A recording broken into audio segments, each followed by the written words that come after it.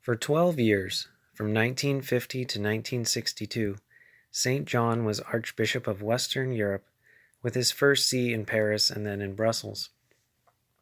As such, he was also responsible for the British Isles and in particular England. During this time, he made several visits to London, and the following has been recorded of those visits.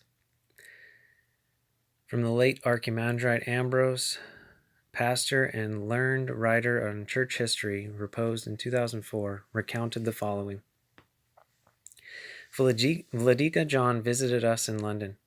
He usually visited us every year on the Dormition of the Mother of God, our patronal feast.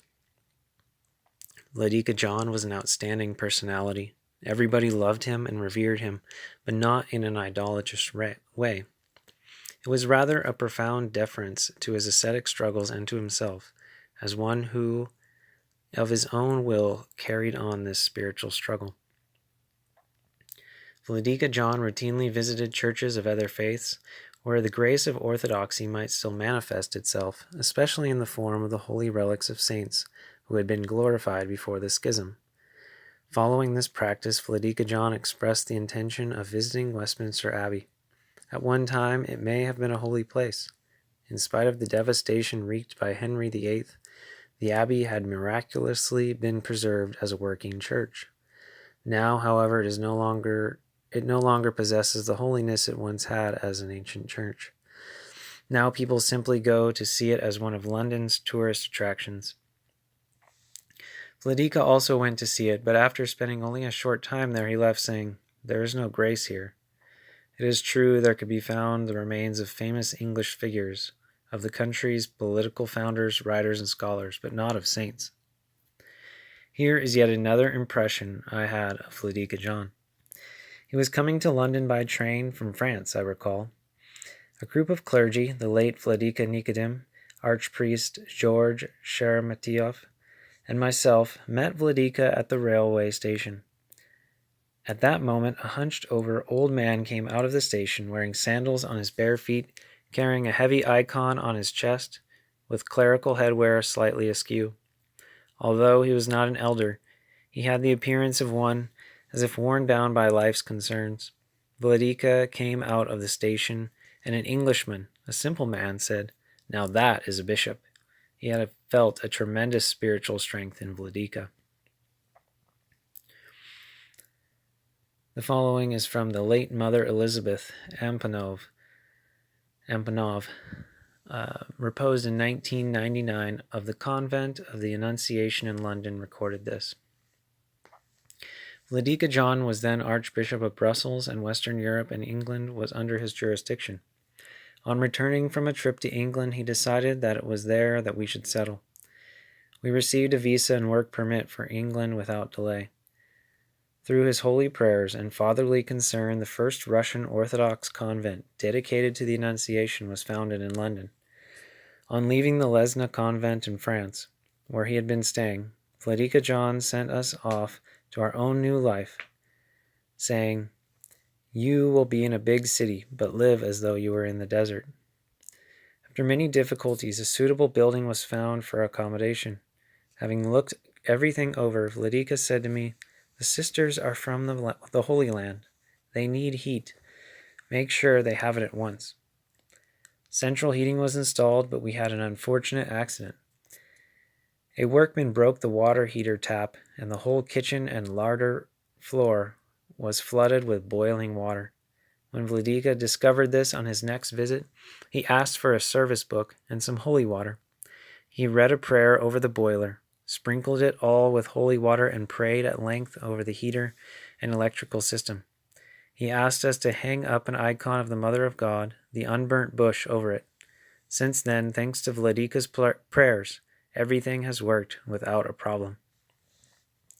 Whenever he visited England, Vladika John always stayed with us at the convent. He never lay down to sleep, but rather rested, sitting in an armchair in the office next to the church. At night, we heard how he often used to go into the church. Knowing that the sisters had all been pupils in the Bethany School in the Holy Land, Vladika gave us his blessing to work with children, teaching catechism, Russian language, and singing. Once Vladika was at our convent when lessons were underway. Among our pupils were some of their English friends. We introduced the children, and they came up for a blessing.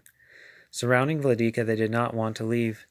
Vladika John was not very attractive outwardly, but even non-Orthodox felt his spiritual grace, and on leaving, the English children said, "You're so lucky to have such an archbishop." By Vladika's prayers, we worked with children for over 36 years. After visiting the church warden, Count Vladimir Klenmichael, Vladika declined to take a taxi, preferring to return to town by tube. The warden accompanied Vladika to the station. As he was leaving, the ticket agent asked him whom he was seeing off. "That was our Orthodox Archbishop," replied the church warden. "I'm a Baptist," said the ticket agent, "but I can see that your Archbishop is a saint." During one of Vladika's visits to our community, there was a phone call from France telling us that Archimandrite Serge had died.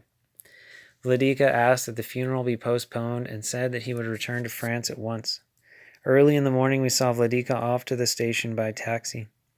The young English cabbie asked if he could have a blessing. Vladika turned around and blessed him. He then said to us, "What a wonderful, extraordinary archbishop. He has a rare inner strength." At one time, a Russian family from China were living in London. One night, the husband called me frantic with anxiety. "For God's sake, tell Vladika John that my wife Olga is in hospital, critically ill.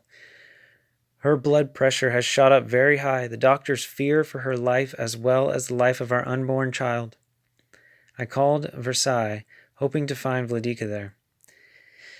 He answered the phone, found out all the details, and then said not to worry, that all would be well. Afterwards, he thanked me for calling him. Through his holy prayers, everything turned out fine, and a healthy girl, Catherine, has born. A friend of our community, Paraskiva Dimitriou, lay ill in a coma.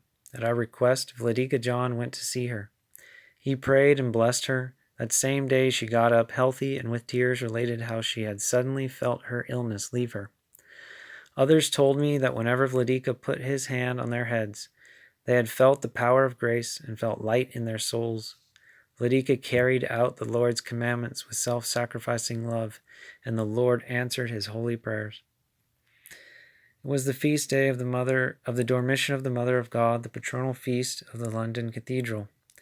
When Vladika returned to the convent, we fell into a discussion about the celebration of services, and he mentioned rather sorrowfully that during the vigil at the cathedral no one had sung the sticheras of the 8 tones. The nuns offered to sing them for him there and then. Vladika listened, beaming. He often served at the convent and brought us great consolation. He loved the singing of the nuns and valued a knowledge of the intricacies of the services. The feast of the protection of the Mother of God, Vladika John sent us a greeting, which we hung in our choir. On the day of St. Romanus the Melodist, crowned by the Lord for his enviable singing ability, I ask that you pass on my greetings to all the nuns and sisters who work diligently for the Church and take part in the services through their blessing. May the Lord bless them through his mercy for their diligence and hard work for the glory of Christ's holy Church.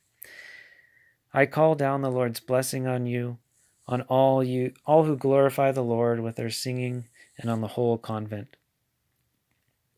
By 1994, the Rocourt Diocese in the British Isles was in dire straits, and the convent could not find any priest in England to serve for Christmas and Pentecost.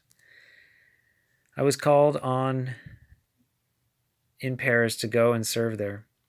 In conversation with Mother Elizabeth about the English saints and St. John, then about to be canonized, I related how sad I was that I would be unable to attend his forthcoming canonization in San Francisco on account of my duties.